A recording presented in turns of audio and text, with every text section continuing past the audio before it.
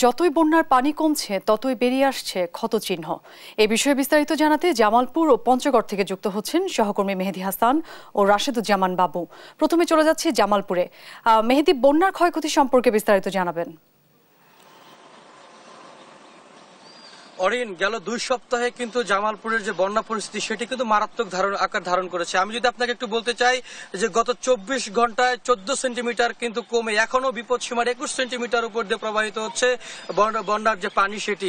আমি একটু জানাতে চাই যে গত 2 সপ্তাহ যাবৎ প্রায় জামালপুরের 4টি উপজেলার 2.5 লাখ মানুষ কিন্তু পানিবন্দী অবস্থায় ছিল। এখনো কিন্তু জামালপুরের 4টি উপজেলা, বিশেষ করে মাদারগঞ্জ, দেওয়ানগঞ্জ, ইসলামপুর ও বকশীগঞ্জের 21টি ইউনিয়নের প্রায় 1.5 লক্ষ মানুষ কিন্তু এখনো পানিবন্দী অবস্থায় জীবনযাপন করছে। এবং যারা এই পানিবন্দী অবস্থায় জীবনযাপন করছে এদের বেশিরভাগ কিন্তু যে কৃষিকাজের উপর নির্ভরশীল, তারা কিন্তু কৃষিকাজ করে আসলে জীবন জীবিকা নির্বাহ করে। এদের ঘরে নেই কোনো চাল, বর্তমানে কোনো খাবার বা কোনো কিছুই নেই, যার কারণে তারা একটু ত্রাণের জন্য হাহাকার করছে। একটু ত্রাণ দেখলেই কিন্তু তারা ছুটে চলছে। আমরা গতকালকে থেকে শুরু করে আজকে সারা এই এখন পর্যন্ত বেলা 11টা পর্যন্ত বানবাসীদের খুব কাছ থেকে দেখছি তারা ত্রাণের জন্য হাহাকার করছে। শিশু খাদ্য নেই, ঘরে একটু চাল নেই, রান্না করার মতো কোনো ব্যবস্থা নেই। সবকিছু মিলে কিন্তু এই এলাকার মানুষজনের মধ্যে হাহাকার। তারা কিন্তু বারবার অনুরোধ করছেন সরকারের প্রতি, বেসরকারি সংস্থাদের প্রতি। আমরা দেখেছি যে যারা সরকারি যে উদ্যোগে যে সমস্ত ত্রাণ বিতরণ করা হয়েছে বিভিন্ন জায়গায়, সেটি কিন্তু খুবই অপ্রতুল। জনপ্রতি 8 টাকা হারে কিন্তু যে টাকা, নগদ টাকা সেটি পড়েছে এবং 2 থেকে 2.5 কেজি চাল জনপ্রতি পড়েছে।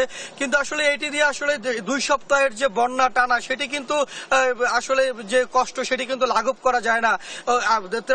আমাদের জেলা প্রশাসন কিন্তু বারবার বলছেন যে পর্যাপ্ত পরিমাণে ত্রাণ তৎপরতা রয়েছে, কিন্তু আমরা সেটি কিন্তু দেখিনি। কিন্তু বেসরকারি সংস্থা বা ব্যক্তি উদ্যোগে কিন্তু আমরা ত্রাণ তৎপরতা দেখেছি দুর্গম চরাঞ্চল দিয়ে। অপরদিকে একটু বলতে চাই যে গোখাদ্যের কিন্তু মারাত্মক অভাব এই বন্যার্ত অঞ্চলে, কারণ 2 সপ্তাহের ব্যবধানে কিন্তু কোনো ধরনের যে গোখাদ্য সেটি কিন্তু নেই।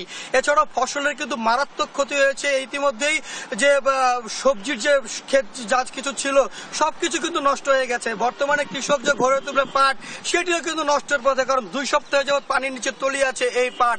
এছাড়াও রাস্তাঘাটের যে অবস্থা খুবই নাজুক। এখন বন্যার পানি চলে যাওয়ার সাথে সাথে ভাঙন সৃষ্টি হয়েছে, রাস্তাঘাটের যে ক্ষত সেটি কিন্তু দেখতে পাচ্ছি আমরা, এবং যাতায়াতের যে অবস্থা সেটিও কিন্তু লাজুক অবস্থায় রয়েছে। ইতিমধ্যেই যে স্কুল কলেজে পানি আসার কারণে কিন্তু ইতিমধ্যেই 269টি সরকারি প্রাথমিক বিদ্যালয় ও 88টি কিন্তু মাধ্যমিক বিদ্যালয় বন্ধ করে দেওয়া হচ্ছে। সবকিছু মিলিয়ে এই যে 2 লাখ মানুষ যে ক্ষতিগ্রস্ত হয়েছে, এদের জনজীবন কিন্তু বিপর্যয়ের মধ্যে পড়েছে। এই মুহূর্তে সরকারের যে ত্রাণ তৎপরতা সেটি কিন্তু আরো বেশি জোরদার করা প্রয়োজন, কারণ তারা এই মুহূর্তে ত্রাণের জন্য হাহাকার করছেন। এই মুহূর্তে ত্রাণটাই সবচেয়ে বেশি প্রয়োজন বলে মনে করেন এই এলাকার যে বানবাসী মানুষরা রয়েছেন তারা। আমরা এখন শুনবো পঞ্চগড়ের বন্যার ক্ষয়ক্ষতির কথা। সেখানে রয়েছেন আমাদের সহকর্মী বাবু। বাবু, আমাদেরকে নিশ্চয় শুনছেন, আপনি জানাবেন সেখানকার বন্যার পরিস্থিতি সার্বিক তথ্য। বাবু। ধন্যবাদ মেহেদী। আমি আছি এই মুহূর্তে করতোয়া নদীর পারে, যেখানে আসলে গত 2 দিন ধরে বৃষ্টি না হওয়ার কারণে কিন্তু আসলে পানিটা কিছু কমে গেছে। কিন্তু আজকে আসলে ভোর থেকে দেখছি যে আসলে প্রবল বৃষ্টির কারণে আজকে কিন্তু বিপদসীমার 12 সেন্টিমিটার উপর দিয়ে কিন্তু আসলে প্রবাহিত হচ্ছে, যেই কারণে কিন্তু আসলে অনেক এলাকা কিন্তু আসলে প্লাবিত হয়েছে। বিশেষ করে আমি পঞ্চগড় পৌরসভার কথা বলি। পঞ্চগড় পৌরসভার বিভিন্ন ওয়ার্ডে কিন্তু এখনো কিন্তু আসলে জলাবদ্ধতা রয়েছে। এই জলাবদ্ধতা কবে শেষ হবে সেই ঠিকানা কিন্তু এবং তার শেষ কিন্তু জানে না কিন্তু সেখানকার বাসিন্দারা। বারবার তারা বলছে যে আসলে এই জলাবদ্ধতা নিরসনের জন্য তারা দাবি জানিয়েছে সংশ্লিষ্ট পৌরসভা অফিসে, কিন্তু এই জলাবদ্ধতা নিরসনে কোনো উদ্যোগ দেখছে না বলে তারা জানিয়েছে আমাকে। এর পাশাপাশি আপনাকে বলি যে পঞ্চগড় আসলে কৃষি প্রধান দেশ। এই কৃষি প্রধান জেলা হিসাবে আপনার এই এলাকায় কিন্তু আসলে আমন আবাদ কিন্তু শুরু হওয়ার কথা 15 দিন আগেই, কিন্তু ইতিমধ্যে কিন্তু আসলে এখন পর্যন্ত আমন আবাদ কিন্তু আসলে শুরু হয়নি, যেই কারণে কিন্তু কৃষকেরা বেকায়দা রয়েছে। এর পাশাপাশি আপনাকে যদি আমি জানাই যে পঞ্চগড়ে কিন্তু আসলে এই নদী কেন্দ্রিক অর্থাৎ মহানন্দা, করতোয়া, পাথরাস থেকে শুরু করে সব জায়গায় কিন্তু পাথর উত্তোলন করে জীবিকা নির্বাহ করে অনেকেই। বর্ষার পানি বেড়ে যাওয়ার কারণে কিন্তু তারা কিন্তু দিনের যে কর্মহীন হয়ে পড়েছে। এর পাশাপাশি যে চা বাগানে অনেকে কাজ করেন, চা বাগানে প্রায় সব মিলে পাথর, চা এবং বালুতে প্রায় 50,000 শ্রমিক কিন্তু কাজ করেন। এরা কিন্তু আসলে টানা বর্ষণের কারণে কিন্তু আসলে ক্ষতিগ্রস্ত হচ্ছে। তারা কিন্তু দৈনন্দিন যে আয় সেটি কিন্তু অনেকাংশে কমে গেছে।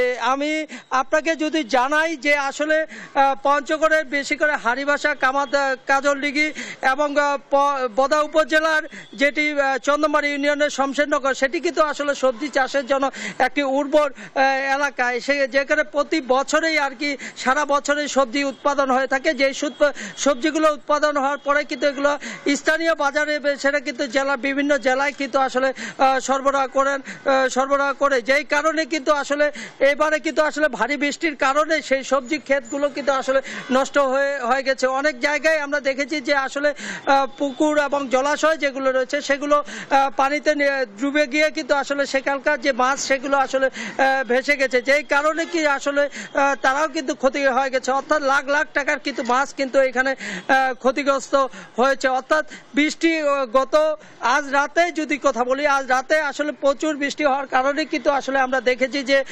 পঞ্চগড়ের যে পৌরসভা রয়েছে সেই পৌরসভার মধ্যে কিন্তু আমরা দেখেছি যে উত্তর জলাশী এখন পর্যন্ত, অর্থাৎ প্রথম দফা বন্যা থেকে শুরু করে এখন পর্যন্ত কিন্তু আসলে সেই জায়গাগুলো হাঁটু জল এবং কোমর অবধি কিন্তু পানি রয়েছে, যেই কারণে কিন্তু সেইখানকার মানুষরা বলছে যে আমরা ত্রাণ চাই না, আমরা চাই যে আসলে এই জলাবদ্ধতার নিরসনের।